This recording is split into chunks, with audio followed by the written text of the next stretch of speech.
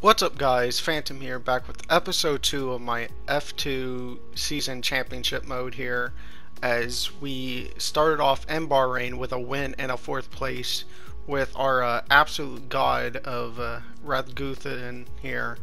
As you can see, we're 16 points ahead of Giotto as we will move to qualifying.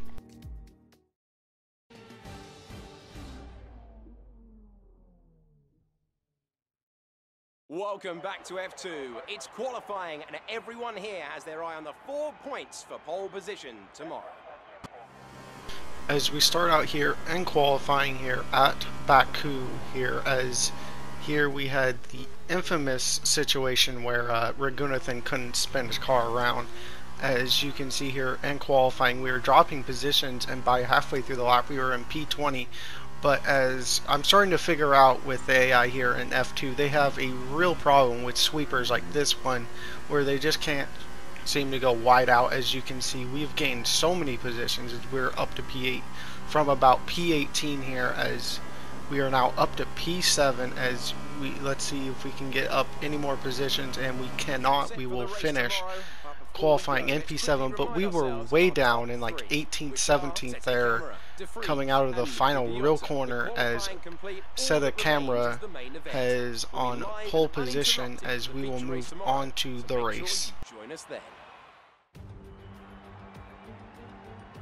Welcome back to Baku. We're on the edge of the Caspian Sea in a bustling, vibrant capital, which for only the 3rd time plays host to Formula 2. This is not your usual racing circuit. It provides one of the most complete tests for the field. Sector 1 sports a set of 90-degree corners around the block, if you like. Sector 2 gets even tighter with the old city walls. Sector 3 just turns 16 to negotiate, and then 2.2 kilometers flat to the floor, full throttle in 6th gear, all the way to the end. As we await the start of another hugely anticipated Formula 2 race, I'm joined again by Davide Valsecchi. Davide, as a former GP2 champion, can we get some insight to what is running through these young drivers' heads as they sit out on the grid? Ciao Alex, it's a pleasure to be here. There are nervy moments, there is no doubts about that. Mental strength is the key to remaining calm and focusing on the upcoming race. Formula 2 is so competitive, and all of these drivers knows that they are going to be pushing each other all of the way. In this sport, you have to be able to control your nerves. Let's look at the grid order for today's race while the cars make their final preparations. A fantastic effort from Sergio Seta Camera yesterday puts him on pole position. And P2 goes to Nick de Vries, a strong showing from the Dutch driver. Looking down the rest of the grid, we have Giotto, King, Jack Aitken, and Delatraz, Raghunathan, Galeo, Boccolacci, Guan Yu Zhou, Hubert, Latifi, Mick Schumacher, and Matsushita, Correa, Boschon, Ilott, and Giuliano Alesi, Mazepin, and Tatiana Calderon completes the grid. Now it's almost time to lights out, so let's go down to the track.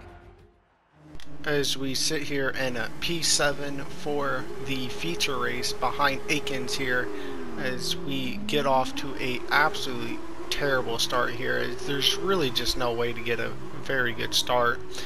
As we lock up there, as we forget what gear we're in, as we didn't count our gears right, as we were down in 1st gear and I tried to accelerate out of the corner as the gear was much shorter than I anticipated. As we come off here and we nearly wrecked the car, we hit the wall. Luckily we did not lose any damage there, but that's the fine line where the car just bogs down so much when shifting up with these F2 cars. As you can see here, the real weakness they have out of that last corner there, as they just are very slow. They just can't seem to accelerate fully through. But with the F2 cars, you almost have to max out the revs there to get any launch off the corners.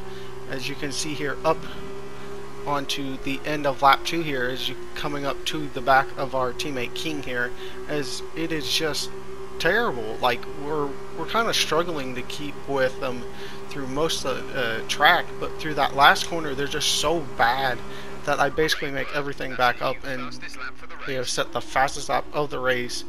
As we come onto lap 3 now, they are stacking up as the front runners cannot get away anymore, as the DRS will definitely keep the front runners in line as we were coming up to Aikens. Is they're just terrible. They're just absolutely terrible through that final corner as we overtake them even before the DRS zone as we're trying to crowd him over to get into the section of Giotto there, as he's up into second already. As we come up the center camera, as we've perfectly legitimately took that corner, perfectly legit. I don't know why we illegal overtake at all there. As we come up to the later in the lap, as we get a 3-second penalty, just completely unjustified. Just as we come down here, as you can see, we barely missed that camera there. But as we come up to the corner here, as you can see, this is for mortals, gods among men like Raghunathan. That is the apex of the corner, clearly. Just they need to, the stewards need to be re-educated. Let's just say that, and maybe China, they may do a very good job at that. As De Vries is no match once again, as you can see, as we're coming up on the lap 6 to 7 here. As we've set another fastest lap, we're going to go down the inside of Giotto there, as he just clearly did not respect Raghunathan there. Peasant. As Zhao is out of the race, as you can see, as he kind of just blew up there on the final real corner here at Baku, as he'll definitely finish last. But coming on to lap 7 and a 7, we've actually kind of struggled with catching Giotto here, as we've had to rely on the final corner there to slow him up, as we are definitely now in the slipstream, as we will come to the inside, as we will overtake him even before we will kind of swipe across him to show him we really should be ahead, but we end up finishing P4. Really unjustified. That's it for another race and a fantastic win for Uni Virtuosi. And Davide Valsecchi, give me your thoughts. How did they accomplish this result? I think they kept a cool head. That's why they won today. Smooth, steady, everything bad that happened to them, they handled it calmly and professionally. That's what let them focus on getting the best out everything else. The car, the strategy, they managed to keep out of trouble the whole way around. And now it's time to wind down and celebrate after that fantastic race. Here they come, your top 3 out onto the podium.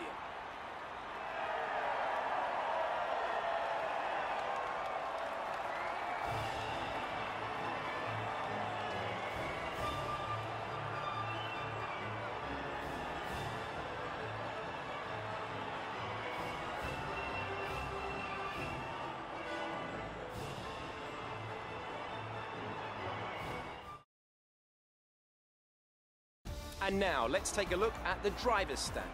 The lead at the top has come down after a poor result for our points leader. Now then, Davide Valsecchi, who would you say was your driver of the day? Alex, I'm going to go for Nikita Mazepin. The Russian driver was amazing in the overtakes. And now a look at the team standings. It was a tough race for our championship leaders, who lose ground at the top of the table. Meanwhile, Carlin moved up the table with another strong performance this weekend. After all this drama, you'd be mad not to join us for the next race. We hope to see you then. Take care. Welcome back for the final event of the weekend, the sprint race. Here, the top 8 from yesterday's feature race are reversed to make up the grid below us. And in just a few minutes, those drivers will be hurtling down into turn 1.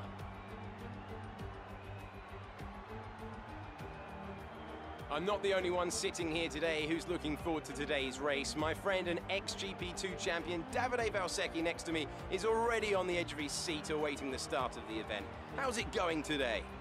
Hello there, Alex. I'm great, thank you, and very excited to get started. I have a feeling we are in for a very special event today. As we sit here in P5 after being just unjustifiably penalized in the feature race here, as we come off and we actually get a good start for once, as I don't really know the difference between why that didn't work, but we get pushed out wide there and almost into the wall by Aikens there. I imagine we were 3 wide there but he will stick his nose in there. We will give him some room as he'll actually get ahead of us here as we tuck into a slipstream there with DeVries behind us. But we will look around the outside here as the AI historically on this corner really take that corner shallow, and they end up hitting that inside wall just like Akins has done as he's lost his end plate there. So for at least the full lap here, he will be racing without his end plate. As you can see, back to 5th place DeVries, they are just gone. There's nobody behind us as they really weren't catching the group ahead at all as we keep setting fastest lap, but we are only catching them by a few tenths a lap. But they started to fight here with DRS there, and that tried to slow them up just enough that we actually caught them as we were coming up to our teammate King here as we were coming down the inside, as we have brought new stewards in, and apparently rightfully so actually, that is not a penalty. Those stewards have been justifiably reprogrammed, re-educated to make the right decision for Raghunathan here. As we're going to breeze by, I don't know how to say that, the rich person. I know nothing about him. Delatras, though, on to lap 5 out of 5 here, as we are really now trying to close up to him onto the line. We're going to go around the outside and barely clip him for the sprint win like we should have had in the feature race.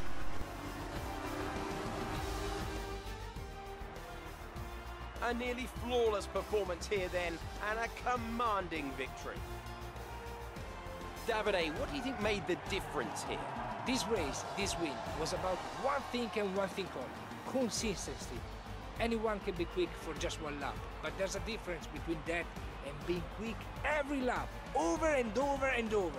If you can do that, if you can gain ground when your opponents make mistakes, but then not make mistakes on your own, you can just push and push.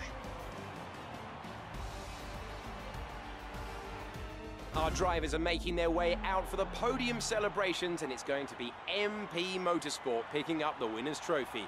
Congratulations to the entire team for that fantastic performance.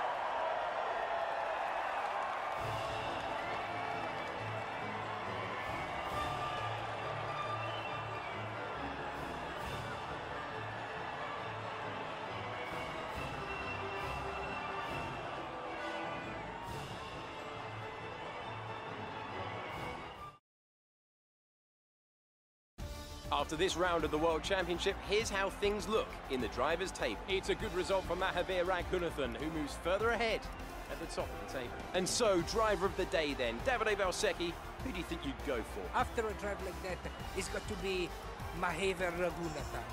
He was impressive in the race distance. And here's how things are shaping up in the Teams Championship. MP Motorsport moved further clear at the top. Meanwhile, Carlin moved up the table with another strong performance this weekend. That's the end of today's race. Thank you for joining us, and I'm sure you'll agree it was a great race and sets us up nicely for the next installment in a few weeks' time. Take care. From Davide and I, it's goodbye.